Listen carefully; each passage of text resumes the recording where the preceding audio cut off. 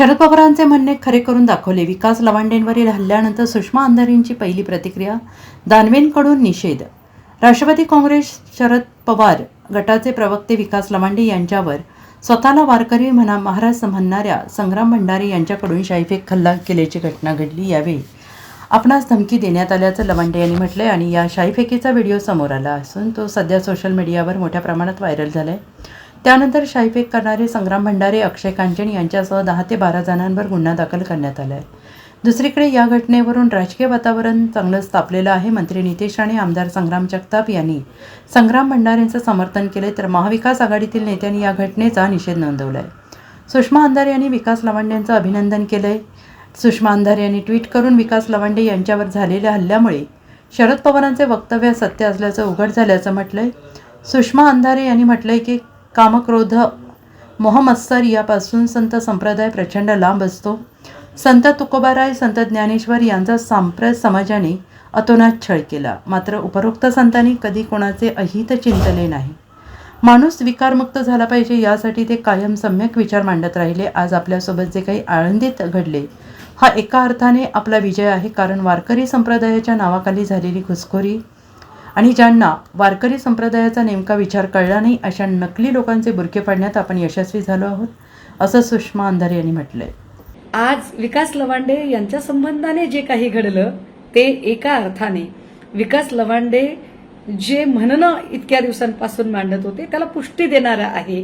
त्याहीपेक्षा महत्त्वाचं, आदरणीय पवार साहेबांनी जी भूमिका मांडली की वारकरी संप्रदायामध्ये काही लोकांची घुसखोरी झालेली आहे आणि या घुसखोरांमुळे महाराष्ट्रातला वारकरी संप्रदाय हा एका सांस्कृतिक आक्रमणाशी झुंज देत आहे, हे म्हणणं पुन्हा एकदा अधोरेखित झालेलं आहे.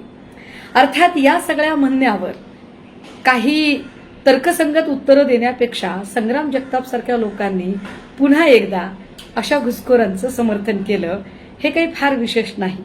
आमची सन्माननीय मुख्यमंत्री महोदय तथा राज्याचे गृहमंत्री यांना विनंती असेल की कृपया आपण लवांडेंची केस अजिबात नोंदवून घेऊ नका, कुठलीही FIR करून घेऊ नका. उलट लवांडेंवर ज्यांनी प्राणघातक हल्ला केला, ज्यांनी दमदाटी केली, एकट्याला गाठून हे सगळं केलं, त्या सगळ्या लोकांना तुमच्या कुठल्याही कार्यक्रमामध्ये अगदी पहिल्या रांगेमध्ये आसन व्यवस्थेत बसण्याचा मान द्या. पद्मश्री, पद्मभूषण, पद्मविभूषण अशा पुरस्कारांचे निकष बदलत या सगळ्या मंडळींच्यासाठी हे पुरस्कार राखीव ठेवा. त्यांना राजाश्रय देता आला तर बघा. या सगळ्यांना सगळ्या प्रकारचे सत्तेचे लाभांश मिळू द्या. आणि हो, संग्राम जगताप सारख्या माणसाला निवडून देणाऱ्या मतदारसंघातल्या तमाम लोकांना आमची विनंती असेल की त्यांनी संग्राम जगतापांना पुन्हा पुन्हा निवडून दिलं पाहिजे. आणि ते याच्यासाठी निवडून दिलं पाहिजे की संग्राम जगताप काही फक्त काय म्हणता येईल त्याला एका माणसाचं समर्थन केलं इतकं छोटंसं काम कसं चालेल बरं.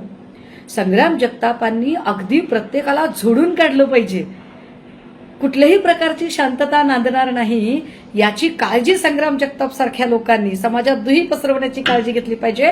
आणि समाजात दुही पसरवण्यासाठी हा सतत असंतोष धुमसत ठेवण्यासाठी, सतत लोकांना मारहाण आणि दंगलखोरी करण्यासाठी प्रवृत्त करणाऱ्या संग्राम जगतापांना आपण अधिक भरभरून मतांनी निवडून दिलं पाहिजे.